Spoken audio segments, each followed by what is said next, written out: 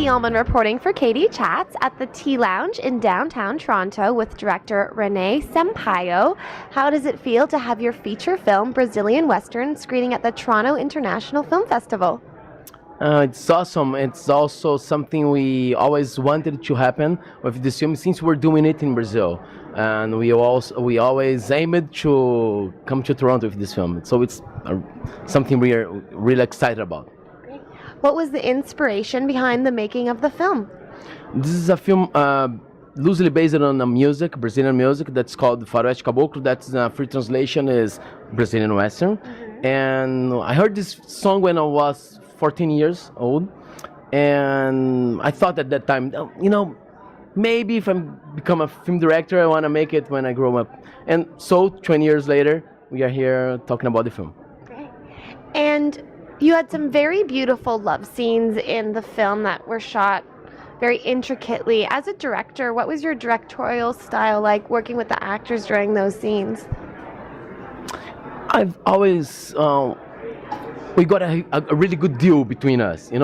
We had to deal with the truth of the characters and also the truth that the film needs to be in the screen. So I think we did it working all together to make it happen. And when you say that we have some beautiful love scenes, I think they really connected as characters, as actors working, and with all the process we did to have these scenes in the film.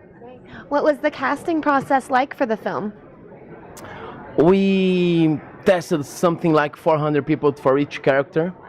And we spent something like 1 year to find one guy to be João, that's our lead actor, Fabrício Boliveira, a girl to be Maria Lúcia, that's Isis Valverde, a really well-known actress in Brazil, and all the characters we worked really hard to find them. And then we prepared it for 3 months together. We didn't rehearse, but we had many time working and discussing and doing scenes that were not the film scenes, but scenes that could make them feel like the characters.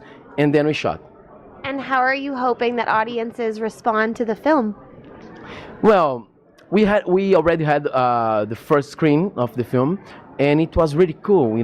People were really excited about it. They clapped their hands at the end. And it was amazing as a director to know that in Brazil this is a really famous music. So we made 1.5 million people at the movies watching this film because they knew the music. But I didn't know if it would work here because no one knows anything about this music. So they were not expecting anything about the film, just to be a good film.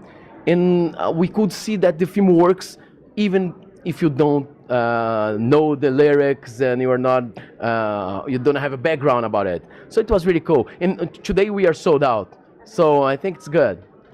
And what do you think sets the Toronto International Film Festival apart from other festivals in the world? Mostly it's a film festival that is not a proper competition between films. And I think it's good because a festival is just to make people talk about the films. We have to watch the other people's films also and not be competing against each other. And I think it's really different when you can, how can I say, make this happen. It's a happening about doing films, and also it's a market thing. Lots of people paid attention in our film and also in our careers for the director and also the actors, just because we are here in Toronto Film Festival. So it's really cool. It's really good. Well, thank you so much. Congratulations, and enjoy the rest of your time here at TIFF. Okay, it was a pleasure to talk to you, and I hope when does it go be on television? Oh, it should be up shortly, within the next few days. Okay, so we still have other sessions. If you have time, go to watch our film. Great, thank you so much. I'm Katie Uhlmann reporting for Katie Chats at the Telefilm Tea Lounge in downtown Toronto.